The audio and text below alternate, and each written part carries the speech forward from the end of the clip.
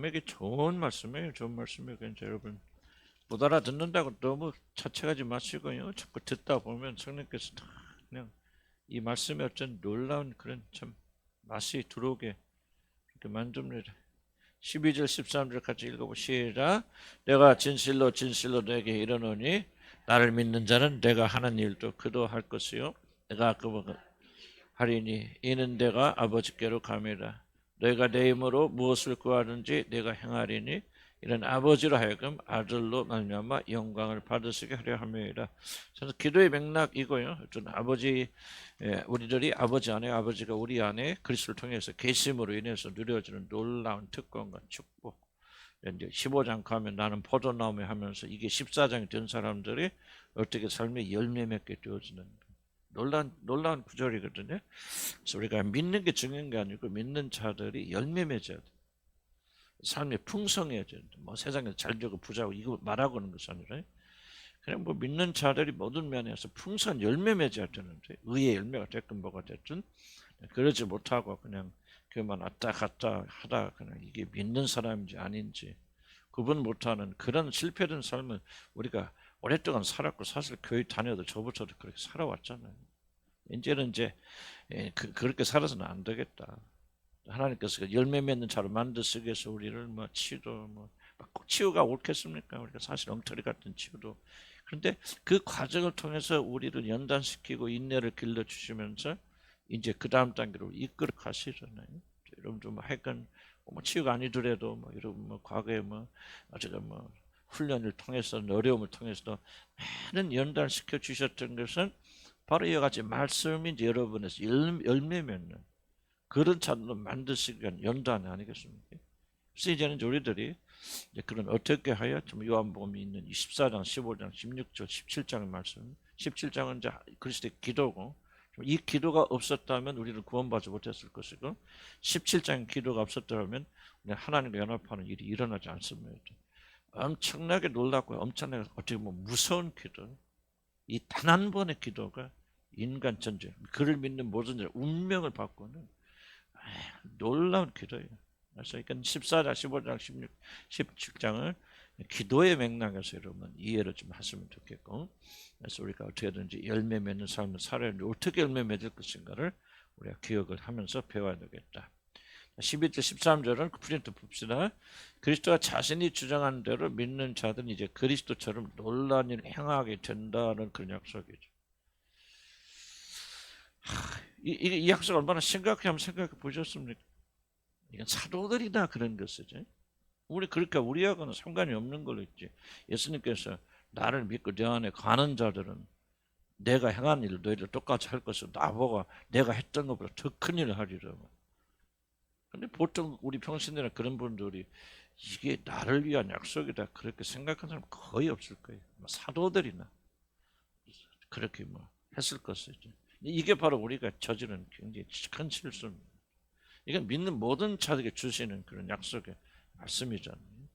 근데 질문은 그렇다면 우리는 이 약속을 누리고 있는가? 맛보고 있는가?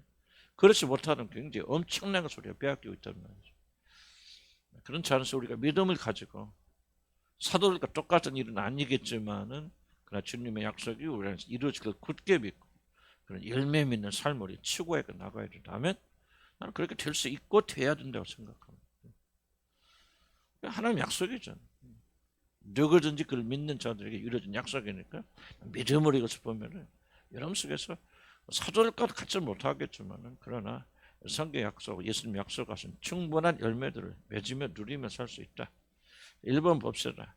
내가 하늘보다 더 큰 일 하리라는 말을 하셨는데 그 너무 깊은 의미를 두어서는 안 되고요. 많은 분들이 해석할 때 자꾸 더 큰 일이 무엇이냐, 사람 죽은 거 살리는 자꾸 디테일에 매달리는데 저는 칼빈한테 굉장히 많이 배운 게 뭐냐면 칼빈은 해석할 때 그런 식으로 해서 그냥 조그만 그런 것들은 우리가 디테일은 딱딱 잘라버리더라고요.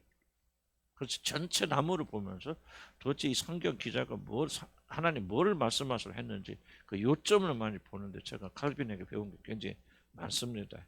그래서 우리는 내가 한 일보다 더 큰 일 하리라 그러면 그것을 구체적으로 전도를 말하는 거죠, 기적을 말하는 걸 뭐 하는 거죠. 그렇게 말하는 것은 아니고 도대체 왜 예수님이 이런 말씀 하셨을까를 잘 기억하셔야 됩니다. 주님이 하신 말씀은 이제 자신이 이제 부활 승천하면 하나님의 보좌에 앉게 될 것. 이게 굉장히 중요한 겁니다. 우리 모든 본질을 결정질 수 있는 핵심적인 사건이 우리를 위해서 죽으시고 부활하는 그분이 승천하셔서 하나님의 보좌에 앉아 계신다. 이 믿음에서부터 모든 능력이 나옵니다. 이걸 가볍게 여기면 안 됩니다. 자, 그런 나에게, 바로 그런 나에게 우리 믿는 자들이 구합니다. 예수님이 그런 분에게 우리 믿는 자들이 구하면 자신이 듣지 못할 일이 없을 것이라는 소리. 그리고 높은 보좌에 계시기 때문에 우리가 어떤 기도를 하든지 자기 하나님 그리스도께서 들어주지 못할 것이 없을 것이라는 사실. 즉 자신이 얼마나 놀란 위치에 오르게 되는가를 교회가 알기를 원합니다. 이것이 지금 말하고 있는 핵심적인 내용입니다. 내가 너보다 진짜 커요? 우리 예수님 뭐 죽은 자를 살리는, 그럼 예수님보다 우리가 더 큰 일이 뭔가 하고 막 이런 과학적인 그런 걸로 찾아가는 것이 아니고 지금 예수님 하신 말씀은 그런 것 능력과 권세를 주일 만큼 내가 엄청난 자리로 지금 올라간다는 거죠. 제자들과 말이에요. 너희들은 상상도 못할 자리, 하나님의 자리. 나 지금 죽으러 가시겠다 하니까 다 근심하고 걱정하잖아요. 걱정하고 근심하지 마. 내가 죽는 것이 도리 유익한데 왜 그러는지 잘 들어봐라. 내가 죽으면 부활하고 부활하면 다시 어디 가냐? 하나님의 자리에 올라가게 되어지는데 그 자리는 엄청난 자리다. 그러므로 너희는 마음에 근심하지 말고 담대하라고 그렇게 말하는 거예요. 무엇이든지 내가 들을 수 있는 그런 자리로 올라간다. 이 사실이 중요한 것이죠. 모든 디테일하게 그것이 무엇을 의미한가 막 이게 매달리는 것은 잘못된 겁니다. 그래서 오늘 우리 중심적으로 배울 것은 그리스도 죽으시고 부활하심으로 그가 어떤 그 놀란 자리에 앉아 계신가 이것이 우리 믿음으로 자리 잡혀야 돼요. 나는 내 기도를 뒤돌아보면서요. 나는 기도하면서 얼마나 이걸 인식하고 기도했을까? 나는 굉장히 좀 뭐랄까 회개보다도 그냥 뒤돌아볼 때 그냥 기도한 거고 열심히 기도한 거고 아직도 기도하면서도 내 열심이 뭔가 기도 응답의 근거가 된다고 생각하지 오늘 주님이 말씀한 핵심적인 이야기들은 별로 중요하게 여기지 않는다. 이게 바로 저와 여러분의 기도가 약해진 원인이고 기도 응답하지 못하는 가장 큰 원인이 있다면 우리가 주님이 지금 강조하는 것을 우리가 믿음으로 받아들이고 있지 않다. 여러분의 기도가 응답되는 이유가 무엇입니까? 왜 하나님께서 여러분의 기도를 들어주십니까? 왜 우리가 어려움과 걱정, 근심 가운데서 기도를 믿으면서 담대할 수 있습니까?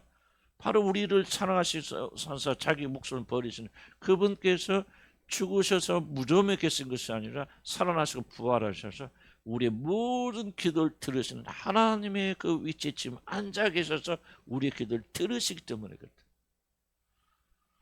여러분 수없이 들었을지 모르지만 중요한 질문은 여러분 기도할 때마다 여러분이 얼마나 그 확신을 가지고 기도하냐. 그러니까 우리 기도가 땅에 떨어지는 것이 이상한 게 아니에요. 이런 확신이 없고 이런 믿음이 없이 울고 불고 하면 뭐합니까? 그럼 우리가 울고 불고 자체를 내가 부인하고 부정하는 것은 아니고 이런 믿음이 없는 상황에서 우리가 죽었다 깨어나도 무슨 소용이 있고 우리가 좀 목숨을 바친다고 그런데 하나님께서 그 기도를 들어줄 근거가 아니란 말이죠. 성경이 가르치고 예수님이 가르치는 부분에 우리 믿음으로 받아들여야 되는데 그런 부분을 우리가 간과하고 무시하고 우리 생각이 이렇게 하면 하나님이 기뻐하시겠지 이렇게 하면 응답하시겠지 하고 그렇게 홍합기 때문에 우리 기도는 다 적은 기도 하나님이 받아들이지 못하는 사산한 기도가 되어져 버렸죠. 우리가 정말 살아있는 관계를 가지려면 하나님 체험하려면 죽으나 사나 성경이 가르치는 돌아가야 돼요. 여러분 그렇게 하지 않기 때문에 여러분 주술로 빠지게 된 거 엉뚱한 짓을 하고 다니는 거고 이단 짓 하고 다니는 거 아닙니까? 성경이 절대적 권위를 가지고 말씀하시고 주님의 강조점이 뭐예요? 기적 일어나 뭐냐 이게 진짜 그게 중요한 게 아니고 정말 중요한 것은 내가 어디에 있느냐 이거를 믿어야 된다. 그러면 이번 봅시다. 주님이 하신 일보다도 우리가 더 큰 일, 우리가 할 수 있다는 말씀이 그래서 우리가 주술에 빠지는 신비주의자들은 그냥 뭐 죽은 자도 살린다 뭐한다 날피고 다니는데 그게 초점이 아니라는 거죠. 더 큰 일 우리가 할 수 있다는 말씀에서 지나친 무게를 둬서 안 되는 이유는 이 말을 필요 이상으로 강조할 때는 이게 중요합니다. 좀 중요한 것은 인간의 타락된 본성은 만약에 방향을 잘못 잡게 나가면 어떻게 우리 타락된 본성이 역사할까 항상 기억해야 돼요. 그럼 타락된 본성은 어디로 가느냐? 우리 모든 힘이 보좌 앉으신 그리스도로부터 나오며 그렇기 때문에 그 무엇보다도 그분께 복종하며 그와 하나가 되어 있는 정말 중요한 일, 정말 기도 핵심 우리 모든 삶은 그분과의 어떤 인격적 관계를 갖느냐 하는 것에 집중하지 못하도록 한다. 무엇이? 타락된 본성이. 골로새도 나오잖아요. 천사를 본 자들이 뭡니까? 본 것을 과장하여. 그게 바로 타락된 본성이 갖다 달라붙을 때 천사를 볼 수도 있고 천사의 음성을 들을 수도 있는데 왜 바울이 이거를 조심하게 되냐? 그렇게 됐을 때 우리의 타락된 본성이 작동하여서 뭐가 나오냐? 본 것을 과장하여 머리 대신 그리스도를 붙잡지 아니하고 자기 본 것과 체험에 집중하도록 무엇이 그렇게 만든다? 물론 사단이 하겠죠. 그러나 사단 뒤에 뭐가 있기 때문에 우리의 타락된 육신이 그렇게 한다. 그럼 성경을 읽거나 성경을 적용할 때 항상 이걸 기억해야 돼요. 우리 타락된 육신이 어떻게 작용할까를 인지를 해야 돼요. 그걸 하지 못한 자는 다 거짓 신비주의에 빠지게 되죠. 자기를 믿는 자들까지 어리석은 자고 자기를 믿는 자같이 완고한 자가 없어요. 여러분은 여러분 자신 모릅니다. 여러분 자신 가장 잘하시는 것은 하나님이시고 그분이 기록한 말씀이 가장 정확히 우리가 누구인가를 말하거든요. 타락된 본성이 있습니다. 타락된 본성은 하나님이 아니라 우리에게 집중하도록 이것이 요구하고 있다는 거예요. 그래서 정말 기도 핵심이 뭡니까? 왜 우리 기도 응답됩니까? 왜 기도를 들어주십니까? 그거는 그리스도와 우리의 가정인 관계 그리고 우리 기도를 들으시고 중보하시는 그분이 놀라운 위치에 있기 때문에. 그래서 기도의 성공과 실패는 여러분 얼마큼 잘하느냐 뭐 그 나쁜 건 아니겠죠. 뭐 우리가 뭐 죄를 지으면서 하나님 기도 들을 수는 없잖아요. 그렇긴 하지만은 더 중요한 것은 여러분이 그리스도의 믿음을 얼만큼 가지고 있느냐가 그걸 결정하는데 만약에 이것을 이해를 잘 못하고 좀 하나님보다 지금보다 더 큰 일을 할 수 있다. 그럼 우리가 뭐 하는 거야? 그래야 막 우리가 막 널러다니나 뭐 이런 이상한 짓을 하게 되고 거기에 집중하게 되면 우리 타락된 본성하게 딱 달라붙어서 길이 능력이고 큰 것인 그리스도 분리돼서 그럼 그 사람은 기도가 무엇인지 모르겠어. 나는 나 주인은 뭐를 좀 우리 교인들뿐만 아니라 좀 주인들 많이 살펴보고 관찰하고 있는데 이 주술래기를 많이 한 사람들의 공통적 특징이 있어요. 나이 들수록 취해지더라. 하면 그렇게 뭐 기적 같은 거 하나 하는데 이게 올바른 삶에서 나오는 것이 아닌 사람들은 참 그들의 삶이 취해져요. 그런데 믿음으로 가는 자들은요 갈수록 아름답더라. 참 시원해져. 갈수록 주님 닮아가고 갈수록 아름다워져. 얼굴과 광채가 나고 뭘가 달라져요.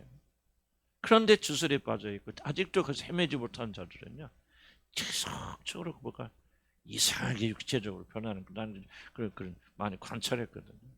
그러니까 우리가 성경 가르친 대로 가야 됩니다. 성경 강조하는 걸 강조해야 돼요. 성경 주님이 강조하는 것은 제자들에게 말하는 것은 내가 그런 위치에 가기 때문에 너희들도 내가 했던 일을 할 수 있고 내가 너희들 안에서 행하기 때문에 너희들이 큰일을 한다는 그 말이 아니고 내가 하나 더 연합되면 그런 위치와 능력이 있고 그 보좌에 앉은 내가 너희 안에서 역사하기 때문에 내가 갈릴 일이 있을 때 육신으로 있을 때 행했던 그 더 큰 기적을 내가 너희들 안에서 더 큰 일도 할 수 있는 그런 놀라운 일이 있을 것이다. 이 모든 것이 다 무엇 때문에 예수 그리스도가 하나님의 보좌에 앉으신다는 그 사실 때문에 그렇다. 자, 이해 가시죠? 이게 정말 중요한 얘기입니다. 이거 꼭 믿음 받아가지고 만약에 이 믿음이 없다면 나는 여러분들의 경건과 기도는 다 할 것이다. 헛다리 짚고 있다. 그런 생각이 듭니다. 그래서 모든 능력의 열쇠가 되는 그리스도가 끊어진다면 그 사람 아무것도 할 수 없잖아요. 그래서 나를 떠나서 내가 아무것도 할 수 없느니라고 요한 15장 5절의 말씀을 기억해 줍니다. 이제 그를 믿는 자들은 놀라운 일들을 할 수 있습니다. 그 이유는 이게 중요합니다. 우리 주님이 부활을 통하여 영광을 얻으셨기 때문에 아버지께로 갑니다. 그렇잖아요. 아버지께 간다는 무슨 말이에요? 하나님 보좌에 내가 앉게 되니까, 그러니까 내가 모든 권세를 가지게 되니 바로 내 안에 있는 너희들, 나를 믿는 너희들은 이런 놀라운 능력을 가지게 될 것이다. 그런 얘기를 하는 거예요. 자, 그래서 그런 분과 어떤 관계를 가지느냐가 가장 중요한 것이 됩니다. 특별한 존재가 되어서 그런 거, 우리 힘이 있어서 그런 거 아니에요. 예수 그리스도 특별한 관계를 가지는데 그분이 놀라운 자리에 오르셨기 때문에 그 덕에 우리도 주님이 하신 일을 할 수 있는 거예요. 항상 초점 어디가 있는가? 하늘의 보좌에 앉아 계신 우리 주 예수 그리스도, 이게 모든 게 초점이잖아요. 이해 가시죠? 이걸 얼만큼 마음에 품고 사느냐는 이제 육신과 싸움이니까 쉽지 않아요. 이해를 못해서 그런 거 아니에요. 왜 우리 인간은 뭐예요? 예수 제껴놓고 내가 내 힘으로 하려고는 끈질긴 악이 있잖아요. 그러니까 이런 말들이 기본적인 거 아니죠. 그런데 이게 비밀이거든. 모든 능력이 여기서 나오는데, 내가 예수 이름으로 명언을 했을 때 그들이 말하는 예수 이름을 뭘 말합니까? 하늘의 보좌에 앉으신 그분의 놀란 권위와 능력을 힘입어서 내가 그분의 이름으로 너에게 명령하노니 일어나라 말이죠. 전에는 그거 몰랐잖아요. 무기력했지만 이제는 예수 그리스도가 바로 하늘의 보좌에 앉아 하나님의 자리에 인제, 그 뒤에도 나중에 그분이 우리의 기도의 증보자가 됐습니다. 그러니까 우리가 얼마나 담대할 수 있어요. 기도는 실패할 수가 없죠. 기적이 안 일어날 수 없는 거예요. 안 일어나는 게 이상한 거죠. 실패하는 게 이상한 것이죠. 그런데 왜 우리는 그렇게 실패합니까? 근본적인 원인이 우리의 믿음의 근거가 우리 행위에 있지 그분의 위치에 있지 않다는 거예요. 이 믿음을 강하게 가져서 그분을 의지하면 그분이 약속하신 대로 우리도 그 능력 안에서 행사할 수 있을 텐데, 이 믿음이 없고 다시 또 썩어 빠진 육신으로 돌아오니까 무기력하고 무능력하고 매일 빼앗기고 도둑질 당하는 그런 삶을 살게 된다는 말이에요. 또 이 말씀 붙잡고 나가야 된다. 아멘. 자, 3절 보니까 너희가 내 이름으로 구하는 것은 내가 행하리라. 이 말씀도 앞에서 말한 맥락에서 이해해야 됩니다. 하나님께 기도합니까? 그렇지 않으면 예수님 그럴 때 기도해야 됩니까? 내 이름으로 내가 행하려. 도대체 누구 이름으로 기도하라는 거예요? 누가 행하신다는 거예요? 이게 본질이 아니라는 거예요. 다시 한번. 그것 가지고 싸울 필요 없다. 그것까지 이것저것 우리가 하나님께 기도하는 방법을 말할 것도 우리가 기도하면 그런 거 디테일할, 그게 아니고 지금 맥락을 놓치고 있는 거, 주님 하신 말씀을 놓치고 있는 것이죠. 하나님께 기도합니까? 그렇지만 예수님께 기도하는가? 혼돈할 필요가 없고, 혼돈 아무것도 할 필요 없습니다. 지금 주님 말씀하신 것은 이제 내가 하나님의 놀라운 자리에 앉아 왕의 모든 권세를 행하고 있으니 너희들이 모든 기도가 응답될 것이다, 이 말이죠. 이것이 얼마나 큰, 이게 날 그냥 여러분 머리 지식의 문제 아니거든요. 지식의 문제가 아니고. 지금 예수님 말씀하시고 이제 너희들이 내 이름으로 기도한다는 말이야. 난 너희들이 기도할 때 예수 주의 이름으로 기도하면 여러분은 그런 형식을 말하는 것이 아니라, 너희들이 내가 어디 있고 어떤 위치에 있는가를 믿고 그렇게 기도하길 때 너희들의 기도는 반드시 응답될 거야. 이루어질 거야. 내가 들어줄 거야. 하나님 아버지가 들어줄 거야. 왜? 내가 바로 그런 자리로 가기 때문에. 그래서 아까도 얘기했잖아요. 기도가 실패할 수 없다는 거예요. 그리스도는 하나님의 자녀가 돼 예수 그를 주로 받아들여 교회의 머리가 되신 그분의 이름으로 드리는 기도는 실패할 수가 없다. 왜? 그분은 하나님의 자리에 앉으셔서 우리 기도를 들어주시는 그런 위치에 있기 때문이다. 나는 여러분들이 얼마나 이걸 실감 있게 생각하는지 잘 모르겠어요. 그래서 나는 열심히 기도하는 것도 중요하지만 더 중요한 것이 있다면, 그럼 여러분이 기도한다면 그 기도가 어디로 가는가 한번 생각해 보셨습니까? 여러분의 기도가 왜 응답되는가 한번 그런 걸 생각해 보셔서 믿음 가운데 기도하십니까? 아직도 여러분 무의식스럽게는 내가 열심히 기도하고 안 빠지기로 헌신하고 얼마나 내가 일정대로 기도하는가에 따라서 기도 응답이 달라진다고 여러분 그렇게 믿고 있다면 여러분 기도의 응답의 근원으로부터 차단되는 거예요. 기도 응답 안 되는 거죠. 죽은 기도하는 것이죠. 항상 뭘 기억해야 돼요. 주님의 말씀 가볍게 하면 안 돼요. 여러분 우리들의 기도가 하는 응답되는 이유는 뭐냐? 바로 우리 기도를 들으시는 중보자 그리스도께서 우리를 살아서 우리 죽으시고 부활하신 그분께서 하나님의 보좌에 앉으셔서 우리 기도를 들으시고 응답하시고 내가 행하리란 말 그 말이요. 너희들의 기도를 들어줄 수 있고 행할 수 있는 그런 위치에 내가 있다는 말이에요. 그래서 우리가 그의 이름으로 그를 믿고 의지하여서 기도하게 된다면 그 기도는 절대로 실패하지 않게 된단 말이에요. 나는 기도의 능력을 좀 어린아이처럼 우리가 배우고 이 마음을 심고 있는 차를 그렇구나. 나는 부족하다. 내 공내 부족하다. 내가 기도를 드리느니 내 기도를 들으신 분은 바로 그냥 무덤 속에 갇힌 그분이 아니라 살으셔서 부활하셔서 하늘에 오셔서 하나님의 자리에 앉아 계신 하나님의 위치에서 내 기도를 들으시고 내 기도를 행하시는 바로 그분이시구나. 아멘. 이 믿음의 고백이 우리로 하여금 담대함을 가져다 주는 것이고 그 어떤 어려움이라도 여러분 생각해보세요. 여러분 기도하지만 기도가 있는 것이 이루어진다고 몇 %나 이런 믿고 있으면 솔직히 대답해 보세요. 마음속으로. 얼마나 확신하십니까? 거의 확신 못합니다.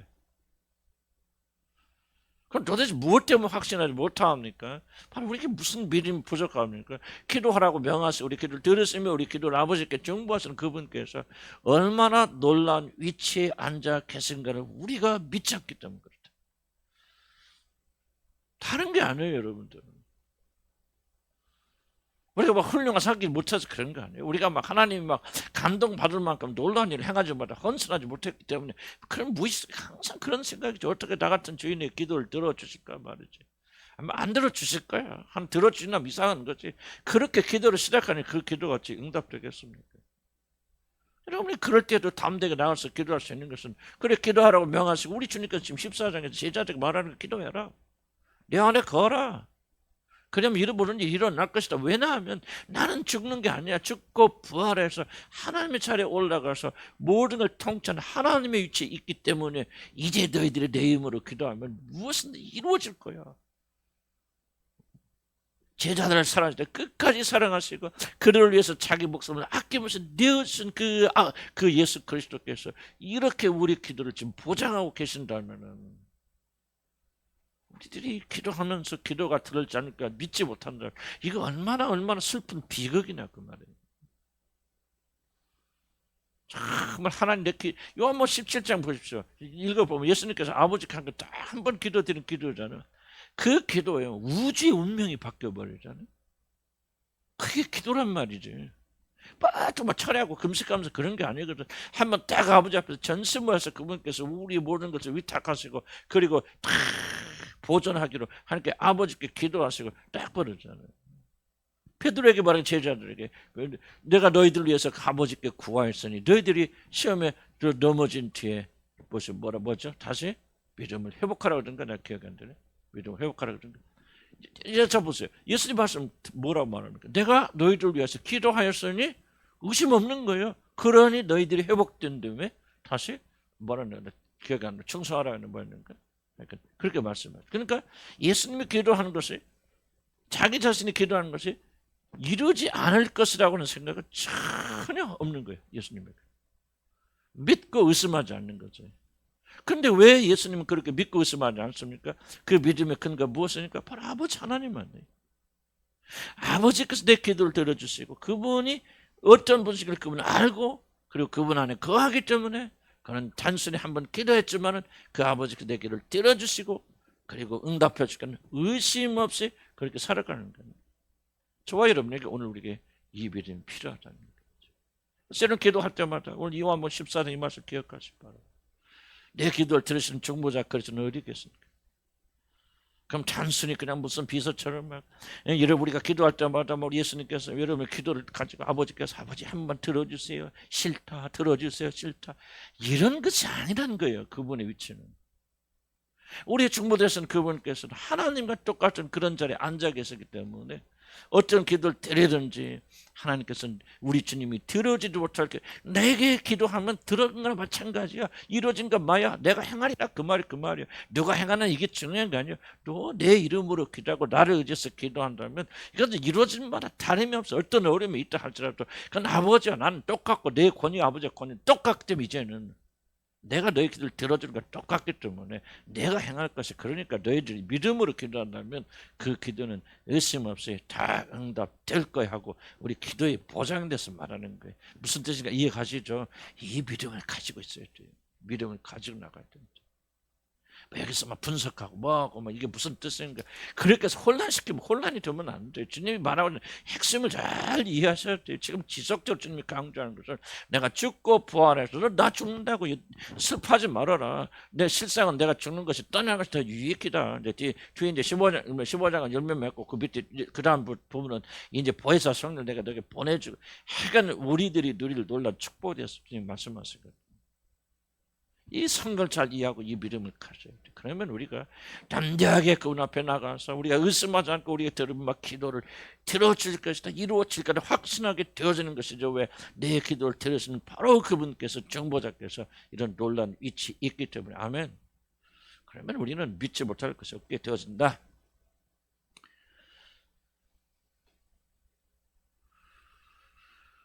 그때 보면은 내 이름으로 구한다는 말은 기도할 때마다 예수의 이름으로 기도합니다라고 덧붙여 기도가 이루어진다 말한 것은 아닙니다. 꼭 기도할 때 예수 이름으로 기도합니다. 아멘. 그렇게 기도해야 그 기도가 응답된다는 그건 주술이고 주문이죠. 그걸 말씀하시는 게 아니에요.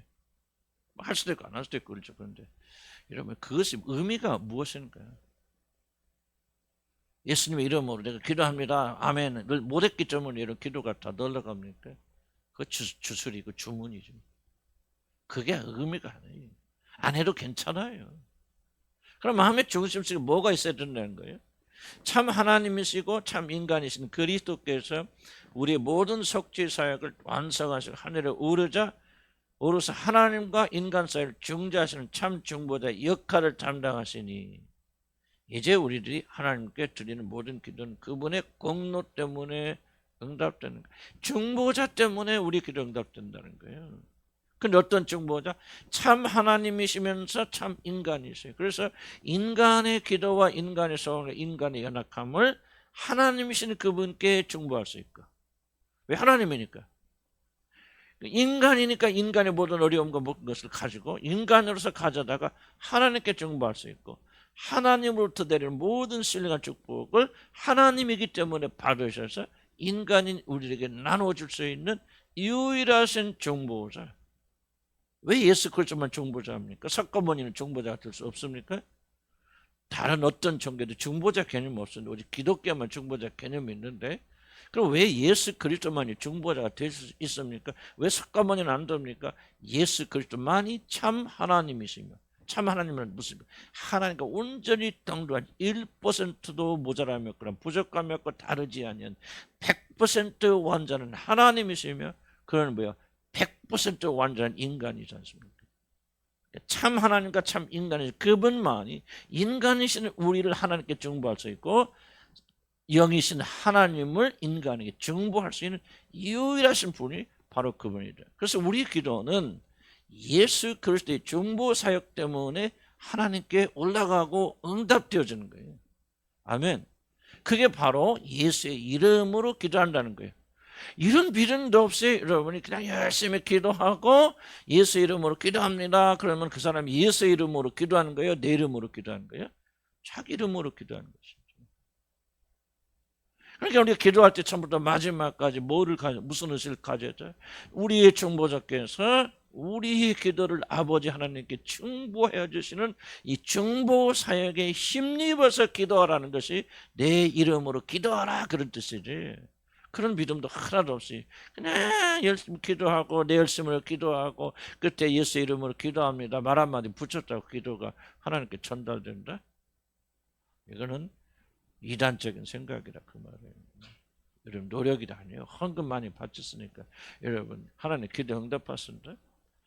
구제 많이 하고 많이 도왔으니 그게 바로 이단적인 사고예요. 우리 기도 하나님께 올려지는 유일한 길은 뭐밖에 없다? 중보자밖에 없어요. 중보자밖에. 중보자의 사역이 있기 때문에 올라가요. 근데 여기서 중요한 거 뭐예요? 지금 말 내가 너희들 중보자인데 그 중보자가 누구나가 중요한 거죠. 무덤에 갇혀 죽으신 분이십니까? 무기력한 중보자입니까? 그렇지 않으면 중보하시는 그분께 중보자의 그분이 어디 계세요? 하나님의 보좌에 앉아서 통치하시는 왕이시라면 우리의 중보 사역이 얼마나 완벽하겠습니까? 그분의. 그러니까 그 믿음이 우리로 하여금 뭐요? 아, 우리의 기도를 하나님 들으시는구나. 믿고 의심하지 않으시는 근거가 어디서 나옵니까? 바로 우리의 기도를 중보하시는 그분의 위치.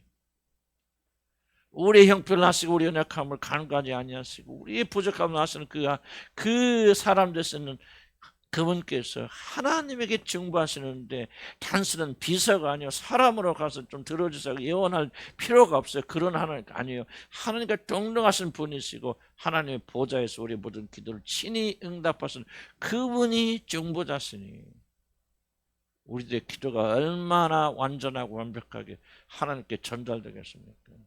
이 믿음이 기도를 결정짓니다. 이 믿음이 없다면 여러분 헛기도 합니다. 죽은 기도하는 거예요. 그래서 우리가 참기도 드려야 돼요. 참기도를 배워나가는 거예요. 다시 한번 여러분 안에 이 믿음이 없다면 이것이 없다면 우리는 죽은 기도고 결코 하나님께 올라가는 기도를 드릴 수 없는 이해 가십니까? 겸손하게 받으시기 바랍니다. 간절한 마음으로 이것이 여러분 마음속에 기록되도록 간절하게 기도할 때마다 그분 생각해서 나가시기 바랍니다. 사실 성경은 우리들이 그리스도를 종보 삼아 하나님 아버지께 기도를 드린다는 사실을 명백하고 일관되게 가르칩니다. 성경 전체적 사상은요. 누구에게 기도합니까? 하나님께 기도하죠. 누가 기도 응답받습니까? 하나님의 기도 응답받습니다. 그런데 예수님께 이제부터 내 이름으로 기도하라 그러면 이제부터 하나님께 기도하지 말란 말인가? 그럼 이제 하나님은 2등으로 밀려가고 예수가 1등 됐단 말이니까 그런 차원이 아니는 거예요. 성경 처음부터 마지막에 일관되게 기도는 누구에게 합니까? 하나님 아버지께 합니다. 누가 기도 응답받아서 하나님 아버지가 씁니다. 그런데 내 이름으로 이제는 나에게 구하면 내가 행하리라. 무슨 말을 합니까? 중보자 사역이 그만큼 완전하고 완벽하여서 중보자를 의지해서 기도하는 자는 기도는 반드시 응답되기 때문에 우리 예수님이 행하시는 것 똑같은 그런 효과를 가진다 그 말입니다. 성경이 일관된 그런 사상입니다. 그러니까 하나도 못 손댈 거 없어요. 주님 하라는 대로 그대로만 하기만 하면 됩니다. 아멘. 이 믿음을 가지고 나가야 돼. 어린아이같이 믿음을 가지고 나가야 돼. 가르쳐준 대로 가세요. 얼마나 놀란 기도의 능력이 여러분 붙는 거 한번 보십시오. 나중에 어떤 자들이 기도 응답받고 능력 있고 권세 있게 사는지 성경의 가르침대로 쫓아가는지 율법적인 기도, 내 열심, 내 노력 서점 앞에 나서 내가 뭐 잘했나 못했나 그 조사 검사하고 있고 그것이 나쁘다는 얘기가 아니라 그것이 기도 응답 비결이 아니에요. 아무리 그럴듯하게 보여도 성경이 가르치는 것은 그게 아니에요. 우리에게 결여된 게 이 믿음이 결여됐기 때문에 여러분의 기도 응답되지 않는 거예요. 나는 그런 믿음이 없는데 평신도들은 그런 믿음이 없다. 하나님께 누구의 기도를 들으시겠어? 평신도들 기도할 때마다 나는 부족하여 목사도 아니고 아무것도 아닙니다. 그러나 나는 오직 하늘에 계신 우리 중보자의 그 공덕을 의지하고 사람이시며 하나님이신 그분께서 오늘 또 내 기도를 들으시며 응답해 주실 뿐만 아니라 그 중보자 하나님의 보좌 옆에 앉아계셔 우리 모든 기도를 들을 수 있는 그 하나님과 동등한 자리에서 나의 중보사역을 담당하시니 나는 당신의 공로 의지해서 내 기도를 드리고 내가 당신의 공로를 의지해서 기도 드리니 주여 내 기도가 응답된 줄 믿습니다. 누구의 기도를 하나님 들으실 거예요? 그런 믿음이 없는 죽은 자의 기도를 들을 거예요. 그렇지 않으면 그런 간절한 마음을 간절. 난 평신도가 됐건 목회자가 됐건 난 죄송합니다만 그런 세상 사람들이 두는 거 아니에요. 물론 이제 하나님께서 어떤 교회의 기능과 유지를 위해서 교회에 또 어떤 은사를 달리하셔서 목사에게 가르치고 지령하는 계시지만 그러나 진실된 마음을 가지고 있는 자들. 나는 이제 저와 여러분이 한 번쯤 체험해봤으면 좋겠어요. 이제까지 이론 많이 배웠잖아요. 기초 닦았으니까 이제는 정말 살아있게 기도 응답. 그럼 성경 왜 지금까지 열심히 기도하는 효과가 없는지 이러면 깨달으고 잘못된 것은 고쳐나가야 됩니다. 성경이 가르치는데 하지 않았기 때문에 그래요. 예수님이 하나님이신 예수님이 와서 가르치는데 이 가르침대로 하지 않는데 어떻게 잘 될 수 있냐고.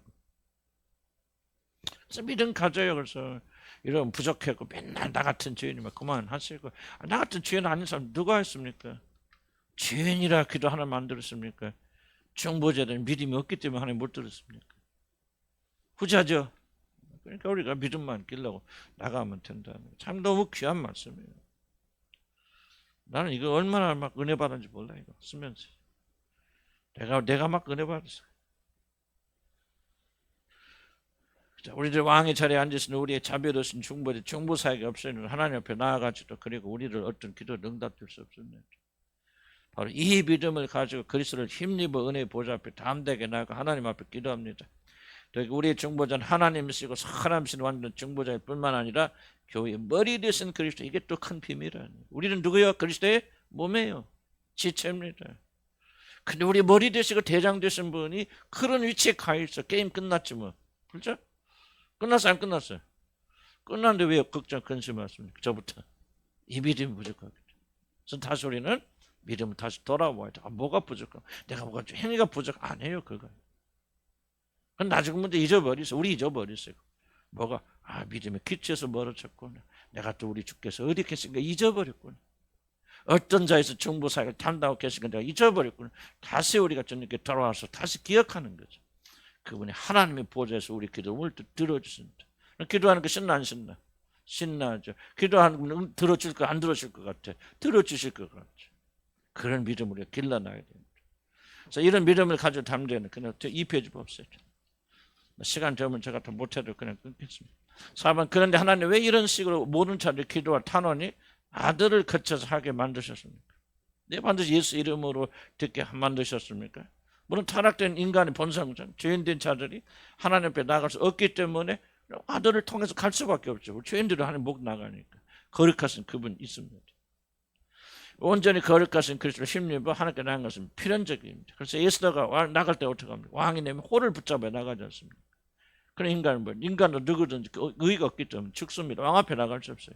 여러분 에스더가 왕하고 연애하는 거 기록한 게 에스더 같습니까? 아니에요. 이거는 구원받은 성도를 어떻게 하나님 앞에 나가는 거를 말씀하는 거죠. 우리 모든 인간 하나님 앞에 나가면 다 죽습니다. 그럼 우리가 살 수 있는 유일한 길은 뭡니까? 그리스도께서 내미신 하나님께 우리가 내미신 그 그리스도라는 그 의를 붙잡지 않고 살 수 없어요. 에스더가 그 왕이 내면 그 막대기를 딱 붙잡으니까 살잖아요. 안 죽잖아요. 살 수 있는 유일한 길이거든요. 우리가 살 수 있는 유일한 길은 뭐예요? 하나님의 의가 되신 그리스도를 붙잡는 것 위에는 그런 살 수 있는 그런 방법이 없다. 그래서 우리는 믿음으로 이렇게 나갑니다. 그러나 하나님께서 어떻게 이렇게 하시는 목적, 오늘 성경에 뭐라 기록되어 있습니까? 이 일을 통해서 아들 예수 그리스도의 영광 돌리기 위해서. 이제 뭐를 여러분 이해를 하셔야 되냐면, 자 보세요. 이걸 문자적으로 지식적으로 이해하는 게 중요한 게 아니고 이걸 가슴으로 알아야 돼요. 무슨 뜻입니까? 이렇게 말할 때 보세요. 하나님께서 아들의 영광을 위해서 이렇게 모든 자들이 예수의 이름으로 이제 기도하고 예수 이름으로 응답받게 하셨다. 그런데 그렇게 함으로 하나님은 아들에게 영광을 돌려주십니다. 그럴 때 뭐가 있어요? 마음을 읽는다는 보세요. 그럴 때 이렇게 가슴에서 확 뭉클해져요. 그 삼위 하나님 아버지 사랑이 확 닿아야 돼. 이게 마음을 읽는다는 뜻이에요. 머리 지식이 안 돼. 아버지 사랑이 느껴져야 돼. 아들을 사랑하신 그 사랑이 느껴져요. 여러분 이게요. 바로 우리가 하나님께 순종하는 원동력이 여기서 나옵니다. 힘이. 정말 아름답고 놀랍고 엄청난 거. 아버지 사랑이 느껴집니다. 그 아들을 사랑하실 때 자기 이름의 모든 걸 그 아들에게 주셔서 모든 자들이 아버지 앞에 아들 앞에 나와서 영광 돌리게 하도록 하기 위해서 예수의 이름으로 기도하고 예수 이름으로 기도하는 모든 것이 응답되겠다. 뭐를 지금 강조하고 있습니까? 기독교 핵심은 예수 그리스도예요. 여러분이 그 예수 어떤 관계를 가져 보세요. 하나님 아버지께서 그렇게 고귀하게 계셔서 그 아들의 영광을 돌리기 위해서 모든 사람들이 기도하되 자기 이름이 아니라 아들의 이름으로 응답받게 하셔. 그렇게 해서 아들을 높이는, 이제 뒤에도 나겠지만 이것이 바로 기독교 핵심입니다. 왜 기독교에 여러분 기독교가 왜 예수가 중심점입니까? 그게 아버지 사랑이란 말이에요. 놀라운 은혜가 있거든요. 그러니까 우리가 마음을 읽는단 말이에요. 그런 거 볼 때 우리 마음속에 감격이 와야 돼요. 이게 믿음을 만듭니다, 여러분. 지식은 믿음을 못 만들어요. 그러네. 하나님께서 아들의 영광을 돌리기 위해서 그렇게 다 나로 하는구나. 그러네. 알았다. 그러네. 깨달았네. 이건 아무런 역사를 만들지 못합니다. 그럼 믿음을 만들지 못해요. 여러분의 마음에 하나님 보호가 기록되려면 뭐예요? 감성이 같이 와야 돼요. 그때 뭉클해져요. 이게 아버지 사랑. 이렇게 하늘의 하나님이 우리 주 예수 그리스도를 높이셨구나. 그럼 거기서 뭐가 나옵니까? 그런 감동 속에서 뭐가 나옵니까? 여호와를 경외하고 우리 주 예수를 사랑하는 원동력, 에너지가 거기서 일어납니다. 이 감성이 일어나지 않으면 그 에너지 일어나지 않습니다. 머리 지식으로 끝나버립니다. 많은 사람들이 깨닫고 진리를 잘 알고 여러분 잘 가르치고 목사 같은 특히 목사 같은 사람들 잘 알면서도 행하지 못합니까? 왜 능력이 없고 변화가 없습니까? 사실은 학문적으로만 접근합니다. 믿음이 어떻게 생기는지 알지 못합니다. 뭐를 봐야 됩니까? 삼일체는. 보세요. 예수 그리스도가 왜 그렇게 아버지를 사랑해서 죽기까지 복종하잖아요. 복종하니까 잘됐다 못됐다 이것이 중요한 것이 아니라 그 복종하신 그리스도의 모습 안에서 여러분을 와 뭔가 정서적으로 확 밀고 두는 게 있어요. 물론 이런 마음이 부드러운 사람만이 가능하죠. 저도 뭐 항상 되는 거 아니고 참 이게 참 저도 마음이 참 아픈 것이고 소원이고 영혼이 살아있고 활발하게 되어지고 부드러워지면요 이게 하나님이 이게 보이고 이게 느껴져요. 이게 와서 닿습니다. 이게 믿음을 만드는 거예요.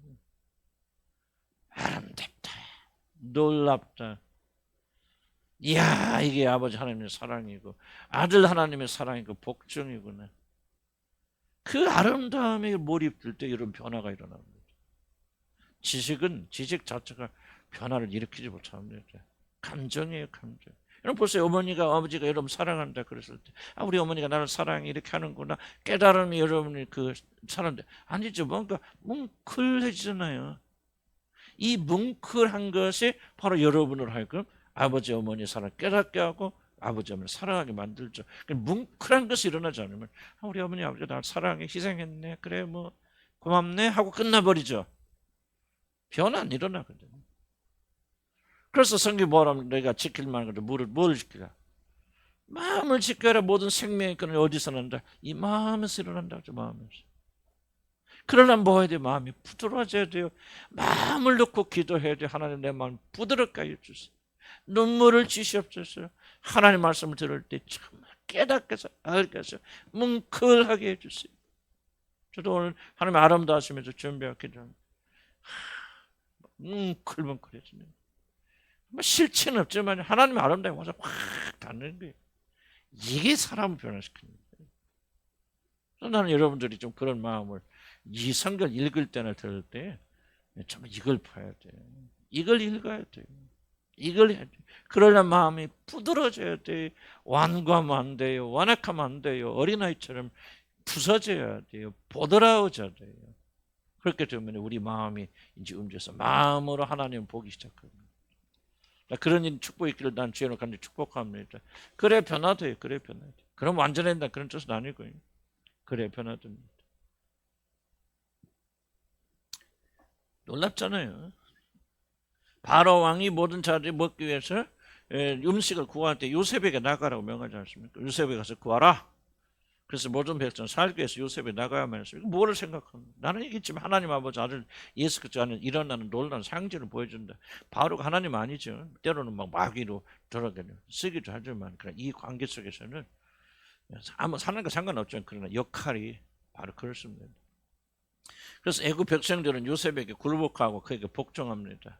하나님 이렇게 해서 죽기까지 복종하심으로 자신을 영원하게 하신 아들 하나님을 영화롭게 하십니다. 바로 이 과정을 통하여 아버지 하나님은 영광 받으십니다. 한마디로 아들을 높이고 아들에 집중한 것은 하나님을 높이고 하나님 아버지께 영광을 돌리는 것입니다. 둘 사이는 경쟁이 없고 우리 인간 안에 존재하는 그런 질투가 없습니다. 하나님을 높이면 우리 주님은 기뻐하시고 아들을 높일 때 하나님은 영광롭게 됩니다. 밑에 보면요. 하나님께 영광을 돌리는 가장 확실한 방법이 무엇이죠? 이게 중요한 질문입니다. 그럼 우리가 하나님께 영광을 돌리는 게 무엇입니까? 우리들 오해하는 것처럼 무엇을 하는 것이 아닙니다. 저는 행위를 부인하는 게 아닙니다.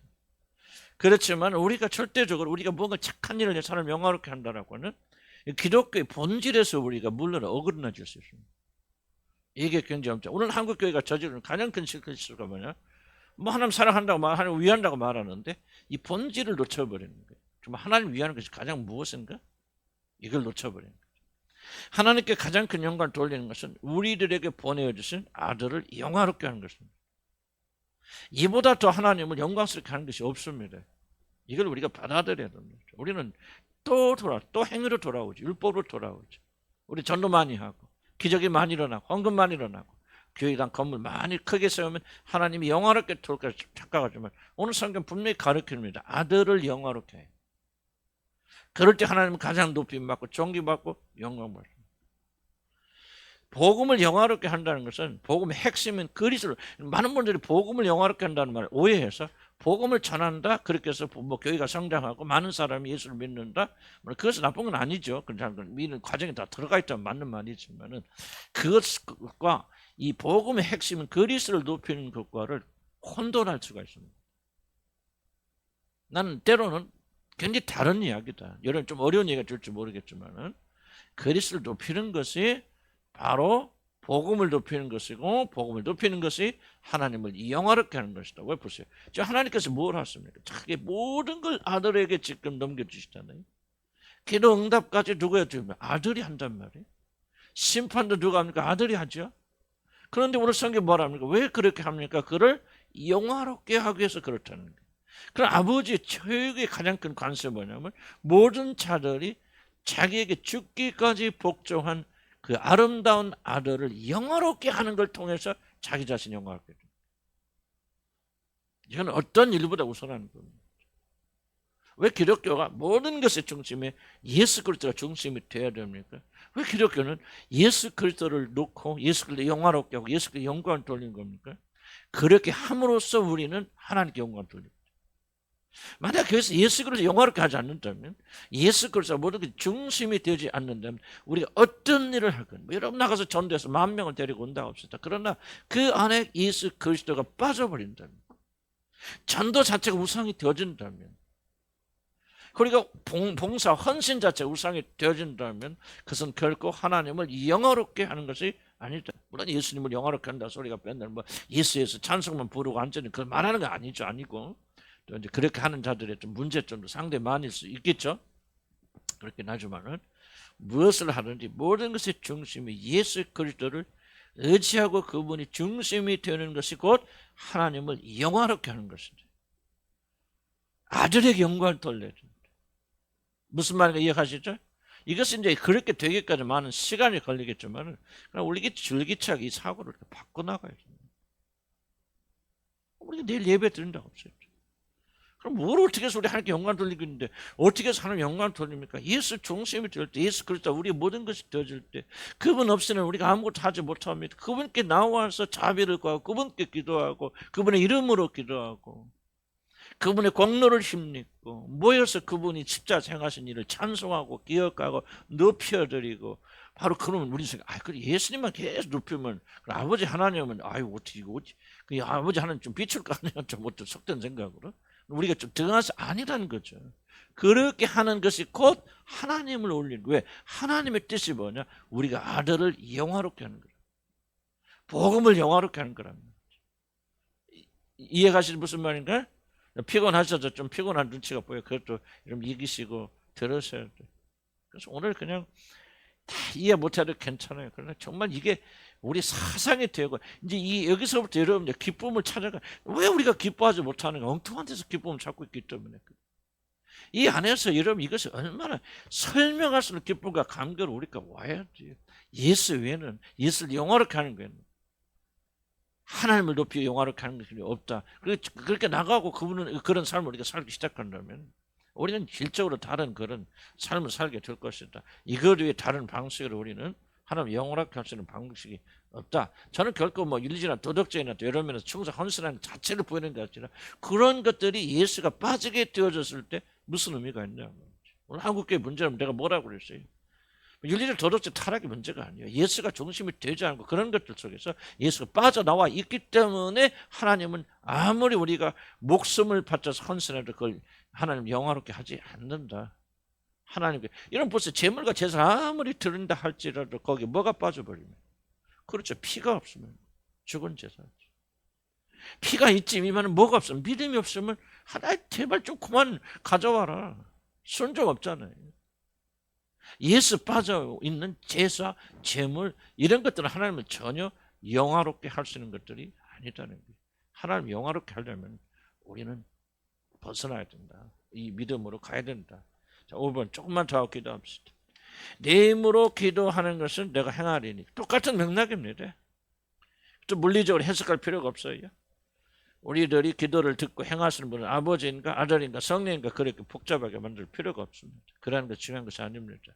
우리들 알고 꼭 믿어야 하는 정말 중요한 사실은 이제 우리를 사랑하사 자기 자신의 몸을 버리시는 우리 주 예수 그리스도 그러한 자리에 계시다는 사실, 이것을 믿는 것이 그분을 영화롭게 하는 거예요. 아멘. 이걸 인정하는 거예요. 성경이 말하는 대로 예수 그리스도가 바로 어디에 계시는가. 그래서 그분을 높여드리는 것이 우리가 하나님을 인정하고 하나님을 영화롭게 하는 것이다. 바로 이것을 아는 것이 교회의 힘이다. 왜 그분은 교회 머리 되잖아요. 우리의 대장 되시고 우리에서 죽으시고 구원하신 우리 마령 형이시고 우리의 구원자시고 창조자시고 우리 교회의 머리가 되시는 이분이 지금 어디 계시는 거예요. 그렇죠. 왜 교회가 강합니까? 왜 음부의 권세가 교회를 이기지 못합니까? 우리가 강하기 때문에 아니, 교회가 강하기 때문이 아니라 교회 머리 되신 그분이 어디에 계시기 때문에 하나님 보좌 앉아 계시기 때문에 교회는 강하고 사단이 교회를 못 이기는 겁니다. 그럼 이 믿음이 없다 하면 우리가 방황하고 당황하게 되죠. 어려움을 당할 때마다 세상이 우리를 공격할 때마다 우리가 어떻게 이깁니까? 믿음으로, 어떤 믿음으로 예수 그리스도가 하나님 보좌에 앉아 계셔 교회의 머리가 되신 그분이 그 위치에서 우리들의 기도를 들으시고 억울한 소원을 들어보시고 그리고 우리에게 힘을 주시고 능력 주시고 이 교회를 끝까지 보존하실 수 있는데 그 모든 능력과 힘은 어디서 나오냐? 예수 그리스도는 무덤에 계신 것이 아니라 하나님 보좌 앉으신 통치하는 그분으로 존재하시기 때문에 그래서 교회 안에 있는 모든 자들은 안전하다. 이 믿음이 그냥 무작정 우리가 막연하게 하나님 이름을 부르니까 전혀 다른 그런 믿음을 우리가 가져다 줍니다. 그래서 이 믿음이 자리 잡히면요, 교회 안에 있는 우리들 믿음을 고백하는 우리는 얼마나 안전한지. 교회 머리 되시는 그분께서 여러분 지켜주시 안 지켜주시겠습니까? 여러분 기도할 때 들으시겠습니까? 안 들으시겠습니까? 하나님이 안 들으셨겠지만 하나님 조금 맞진 않는 얘기지만 딱 냉정하게 그래 뭐 네가 왜 너희들이 기도를 들어줘. 하지만 여러분 보좌에 앉으신 그분은 교회의 머리 되시는데 지체는 우리가 고통을 당할 때 그분께서 우리를 모른다고 버려두시겠습니까? 우리가 실족할 때 그냥 버려두시겠습니까? 여러분 누가 여러분 건져주시. 물론 하나님과 예수는 동일한 분이니까 뭐 하나님이 건지셨다 틀린 말은 아니지만 바로 여러분의 머리가 되시고 주인 되신 그분께서 하나님 보좌에 앉아 계시기 때문에 여러분의 기도를 들어주시고 응답하시고 인도하시고 이끌어 힘을 주신다.